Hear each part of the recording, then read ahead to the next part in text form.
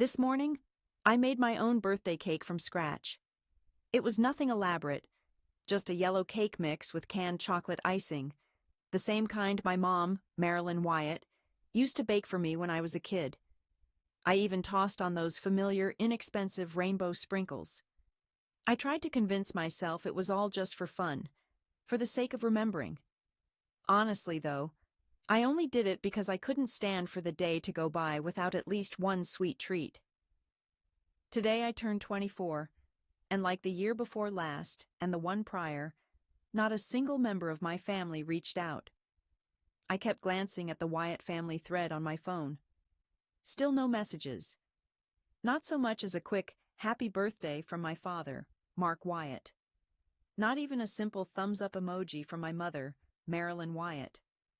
They either forget about it every year or act like they do. Yet each time, I kept hoping for something anyway. A message, a phone call, some kind of sign to prove that, maybe, I still existed somewhere in their minds, nestled in the spot where they remembered I was one of them. 3 years ago, I moved out.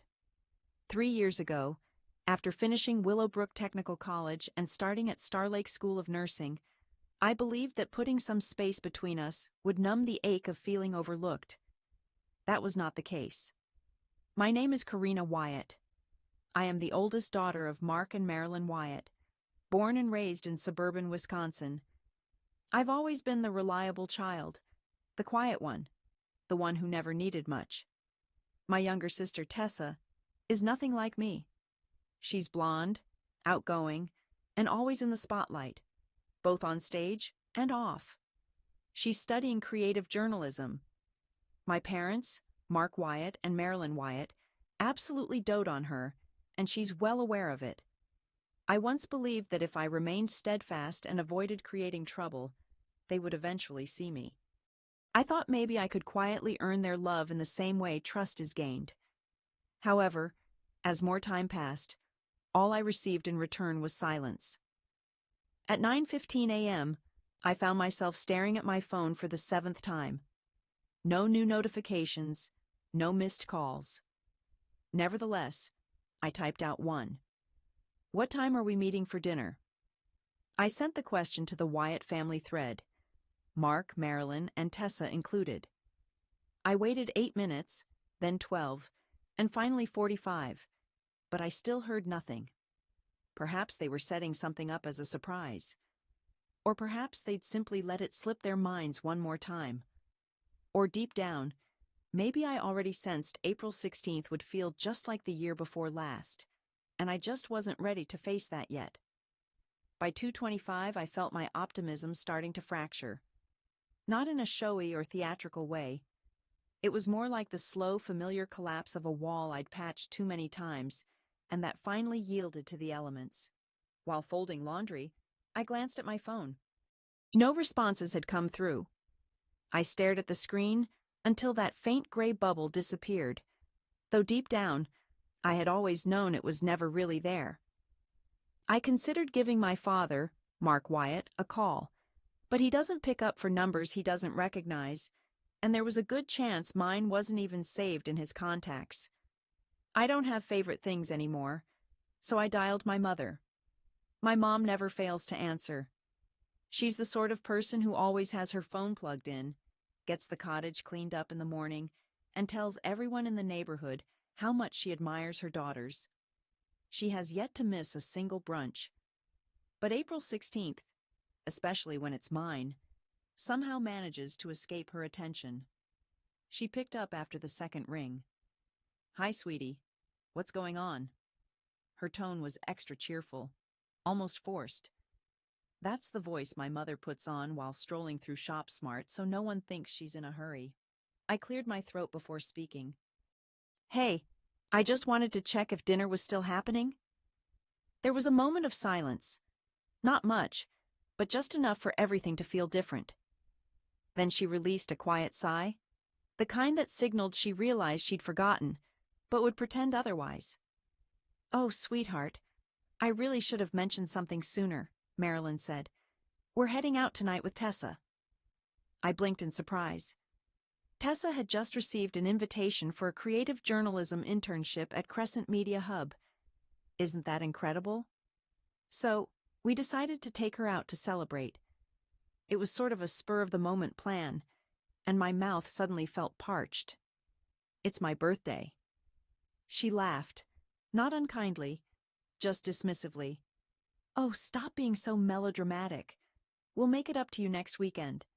This is such an important chance for her. Try to feel happy for her. Okay. In the background, I caught Tessa's voice, bright and unconcerned. Is that Karina? Tell her we'll bring her leftovers. Louder laughter followed. That instant, reality sank in. This wasn't a simple mistake. It wasn't absent-mindedness. They remembered. They simply picked her. I pressed the phone more firmly to my ear. All right, enjoy yourselves, I replied, keeping my tone steady. Then I hung up before she could continue. It wasn't out of anger, but because I didn't want her to hear me grow quiet. I remained perched on the edge of my bed for quite a while after I hung up. There were no tears or trembling, just a deep stillness. What kept me frozen wasn't grief. It was the familiar heaviness that comes with being proven right once more, knowing exactly how my birthday would unfold before it even started, but still foolishly wishing that maybe this time would surprise me. My cell phone was still clasped in my palm. I hadn't set out to call anyone, but my thumb seemed to act on its own, and soon Morgan Easton's name was illuminated on my screen. Morgan was my girlfriend. The two of us first crossed paths 3 years ago during a microbiology course that neither of us actually wanted to enroll in. On the first day, she sat beside me, handed me a peppermint, and remarked that I seemed like the type who rarely asked for assistance, even when I actually needed it. She'd gotten that exactly right. Morgan answered after barely a single ring. Hey, you're beautiful, she told me, pausing for a moment. She stopped, then asked, Hold on, is something bothering you? I explained things to her. Not all of it, but enough about the phone call, the mood, and the leftover food. Without a moment's delay, she insisted, Come here right now. She told me her moms were cooking steak for dinner and wanted to honor my birthday properly. I didn't protest. Morgan Easton lived about 20 minutes from me, in a peaceful cul-de-sac with her moms, Lila and Bridget, who had been partners longer than I had been alive. Both of them preferred a calm and understated life. They always kept an assortment of teas in the kitchen, blankets draped over the couch, and their dinner table was open to anyone who needed a seat. When I parked in front of their place, Morgan was already waiting outside for me. Before I could even undo my seatbelt, she had the passenger door open. It means so much that you're here, she whispered, giving me a quick kiss on the cheek. Once inside, Lila greeted me warmly with a hug, not waiting for approval. Happy birthday, sweetheart, she beamed, holding on to my hand. You made it at the perfect moment. Although dinner was simple, every detail was meaningful. Bridget had uncorked some wine, and Morgan had arranged the table with real fabric napkins. There was even a small place card bearing my name, written out by hand and underlined with a gold marker. The focus wasn't the meal itself. What stood out was how thoughtfully the whole evening was planned with me in mind. It felt genuine, not done out of duty, but purely out of love. When it was time for dessert, cheesecake, which is always my top choice, Morgan handed me my cell phone. Snap a picture, she urged. Tonight is worth remembering. I took a quick photo of the scene. The dinner table, soft candlelight, drained wine glasses, and the little card showing my name, Karina Wyatt. Afterward, I shared it online. Tremendous gratitude to those who truly showed up for me today. I feel beyond lucky to have discovered what real family means. No tags, no added commentary, just authenticity. Honestly, I didn't even think anyone in my family would see the post. I knew it was late, and none of them were exactly watching my updates closely. But just over 25 minutes after I pressed share, my phone started buzzing like it was about to catch fire. The first message was from Marilyn Wyatt. Marilyn Wyatt, what is this post? Then from my father. Mark Wyatt, are you serious right now? Then the calls. 1, 2, 3. I let the phone keep ringing. I sat wedged on the couch between Morgan Easton and Lila Easton, my phone face down on my thigh, acting like nothing was happening. Yet inside me, something kept coiling tighter. It wasn't guilt or even fear. It was something more raw, something for which I still didn't know the word, but it reminded me a bit of power. On the fifth call, I finally answered. Hi, Marilyn, I said, keeping my voice even. My mother's voice rushed at me like a cloud of sweet perfume, seeming nice but suffocating underneath. What on earth are you doing, Karina? I'm having dinner, I replied, with people who actually remembered it was my birthday. She let out a gasp, almost as though I'd struck her. Stop playing around with me. You understand what I mean. That post, people are seeing it. Aunt Valerie called. Uncle Roy, too. Are you even aware of what this makes us look like from across the room? Morgan tensed up. Lila gave me a subtle nod, as if she understood everything that was being said without needing to hear the specifics. I gripped my phone more tightly. I wasn't trying to make any of you look bad, I replied. I simply told the truth. You're absolutely blowing this way out of proportion, she snapped. You know, we would have had a celebration for you if we hadn't already had something planned with Tessa. We're the ones who raised you, Karina. This is the thanks we get. That was it. No concern, no regret, just an attempt at control. Mark's voice abruptly cut into the conversation, his words coming out low and strained. You need to take that post down immediately. I leaned in, resting my elbows on my knees. No, I said. His tone got sharper. If I refused, there would be consequences. I lifted my eyes toward Morgan, then stared at the wall again. Such as? I asked. There was only silence, and then some muted voices carried over from another room. I could hear my mother muttering something tense in the background, as if she thought no one could overhear. Then my father spoke again. We're coming over now. There was a brief pause, just long enough for me to remind myself not to freak out. Sure, I replied evenly. See you in a bit. I hung up before either of them had a chance to say anything else. Morgan turned to me, eyebrows lifted. They're coming here? That's right. Lila got up from the armchair at a slow pace. Then let them come, she murmured. Let them see what it means when love isn't conditional. I fixed my gaze on the door, my heartbeat calm for the first time all day. In this moment, I wasn't concerned about their reactions. I felt ready to have my voice heard. The knocking was anything but subtle. It came in quick, forceful succession. 3 loud raps, a pause, then 2 more knocks. I rose from where I sat on the couch. Morgan simply squeezed my hand, staying silent. Lila and Bridget had drifted into the kitchen, deliberately offering me a bit of room, though I wasn't left completely alone. As I pulled open the door, my mother, Marilyn Wyatt, entered as if the cottage belonged entirely to her. My mother had her reserved Sunday expression on, hair carefully in place, lips neat, eyes already sweeping the space as if searching out problems. My father, Mark Wyatt, trailed closely after her, more imposing in height and build, just as silent, yet equally furious. His jaw was set, and his hands were balled at his sides. Karina, she addressed me, we need to talk right away. Her eyes darted past me and took in Morgan, then Lila standing behind her. I caught a fleeting change across her expression, the arithmetic, the uneasy tension. Not in here, she insisted with a rigid tone. Let's talk outside. I stayed where I was. If she had something to discuss, she could do it right here. She paused, blinking.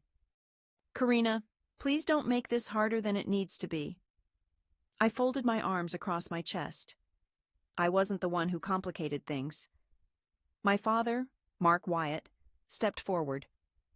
That's enough of that behavior. Behavior? I echoed. So you call it speaking up for myself? Marilyn, my mom, exhaled, pressing her fingers to the bridge of her nose. We are not going to allow you to put us through this kind of embarrassment. Bridget Easton shifted slightly into the doorway from the hallway, but stayed silent and simply observed. Marilyn went on. There are people now asking questions. They're saying we're your aunts, your cousins. Are you aware how deeply embarrassing this is? I gave a slow nod. Then maybe I should stop giving them a reason to feel that way. You think this is some sort of joke? My father asked. No, but it's the truth, I replied quietly. He looked as if he might lose his temper. My mother, Marilyn Wyatt, intervened before my father could say another word. We are your parents, she declared, her voice growing louder, and we expect respect from you. Respect, I repeated. Like the consideration you offered me this morning, or the year before last, or the year I turned 17, when you canceled my birthday dinner because Tessa had a stomach ache? Marilyn's lips parted, then pressed together again. Time and again, you've shown where your priorities lie, and I can't keep acting as if that's invisible to me. My mother's gaze became more piercing. Is that what all this is really about? She asked. You're trying to take us out of your life and swap us for them? She asked, gesturing toward Morgan Easton and her moms, Lila and Bridget, who stood just outside the kitchen's glow. I met her eyes steadily. No, you've been pushing me out for years now. I simply quit pretending not to see it. For a heartbeat, the whole room seemed to go silent. Then Marilyn's voice sank, low and cutting. You're going to regret this. I locked eyes with her. That's exactly what you said the previous time you forgot. The silence that followed my last words pressed down heavily, almost like it had weight. Nobody in the room made a move. My mother's lips parted as if to respond, but she didn't speak. Mark Wyatt's jaw clenched, working as though he was chewing over frustration. After a moment, Marilyn regained her composure with that familiar sense of control. She stepped forward, crossing her arms in a way that mimicked affection, but it didn't feel genuine. My mother always knew how to project authority without ever having to raise her voice. That was a skill she'd mastered long ago. You have no idea what you're giving up, she murmured. I arched one eyebrow at her. Go ahead, explain, I said. Her eyes darted to the others present. This really isn't the right setting. Actually, I think it is, I shot back. You came here, didn't you? She met my stare for an extra moment, longer than I expected, then gave a carefully controlled, tight-lipped smile. Your father and I had mapped out a future for you, she said. And if I kept acting like this, I shouldn't expect to be included when it came to the cottage or the trusts, the timberland retreat. There it was. The inheritance dangled in front of me, as if that should have shattered me. Mark Wyatt finally spoke up again, his tone barely above a whisper. You're turning your back on all we've created. I let out a brief involuntary laugh, quiet, as if it escaped after I had held my breath for too long. You made something here, I said, just not for my sake. Don't talk nonsense, he retorted sharply. I turned all the way to face him then. No, I'm telling the truth. You and Marilyn built this ideal life around Tessa, and I was just there, dependable if it suited you, but invisible when it didn't. That isn't right, Marilyn said suddenly, her voice edged. What exactly isn't true? I replied. That I never mattered as much to you, or that I'm finally admitting it wounded me. She moved a step nearer. Karina, please don't do this. You'll wish you hadn't. Money isn't everything, but eventually you'll find a use for it. I gave a slow nod. You're correct. Having money isn't all that matters. A small grin crossed my face. But having peace does. I moved just slightly backward, not out of apprehension, but to make space for what I needed to express. You believe you have something to hold over my head, yet you have it all wrong. I don't want the burden of your conditions, your cottage, your trusts, or your supposed legacy. There has never been space for me in those things. Marilyn looked taken aback. Mark seemed uncertain, caught between anger and wanting to walk away. I spoke in a gentler tone. Those who came to honor me this evening didn't try to give me money. They simply saved me a spot at the table.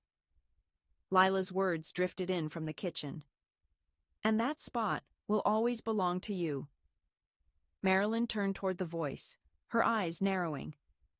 You believe these folks could ever stand in for your real family? I looked back at her for a final moment.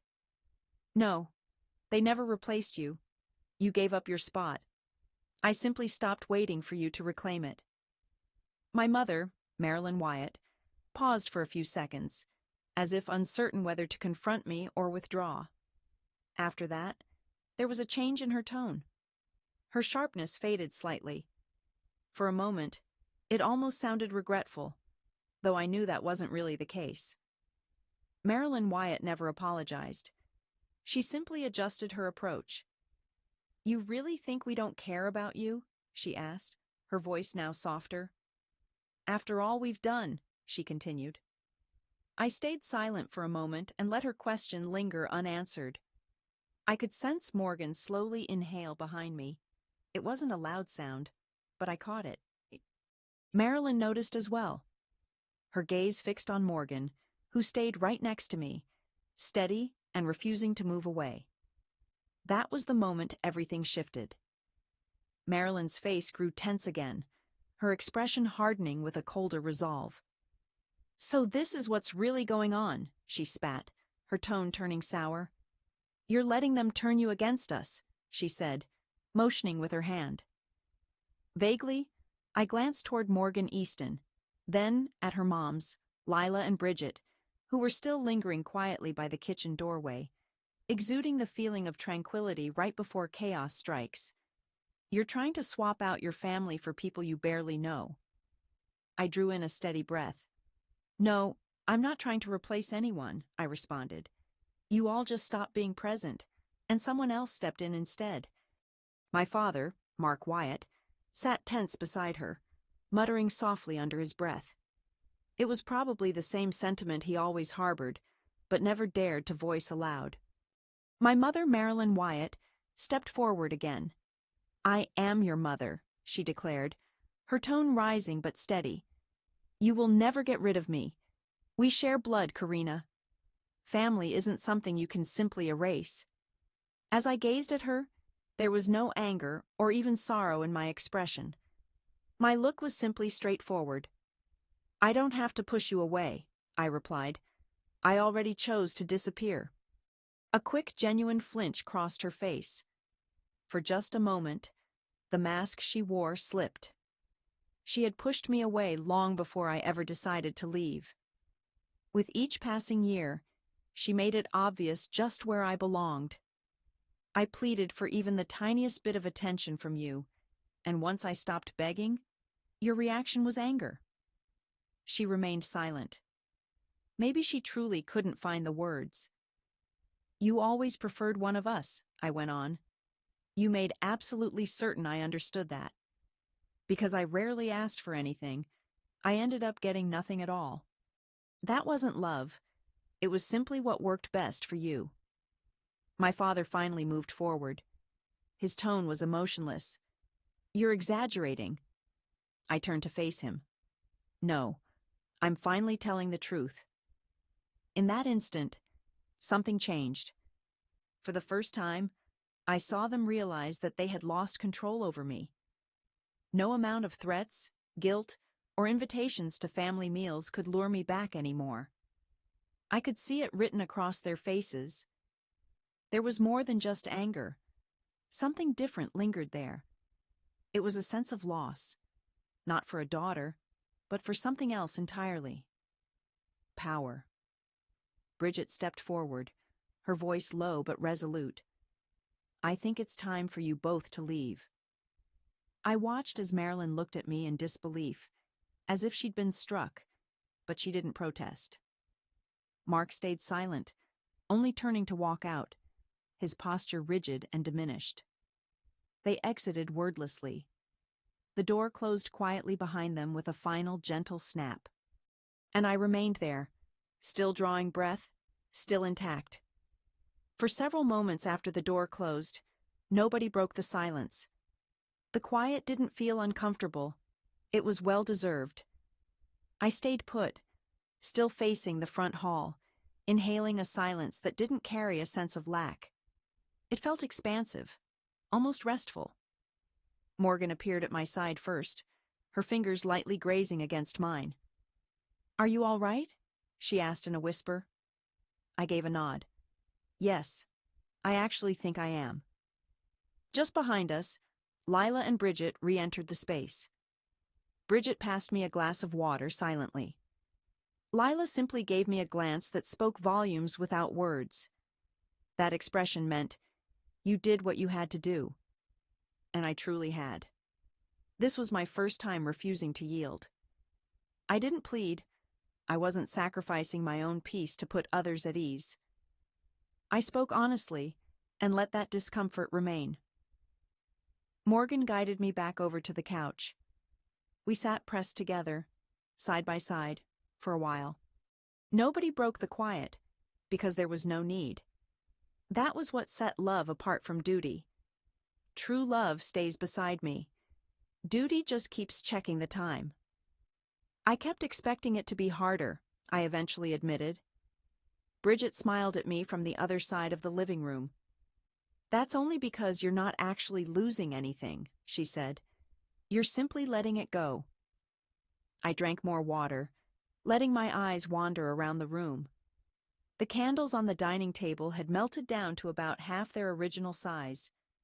The place card with my name written on it in gold ink still rested on the table, the letters looking gentle and warm, bathed in the light. It wasn't any sort of party. Honestly, it was something far better. There hadn't been any singing. There weren't any presents. What mattered was that they remembered me and chose to stay.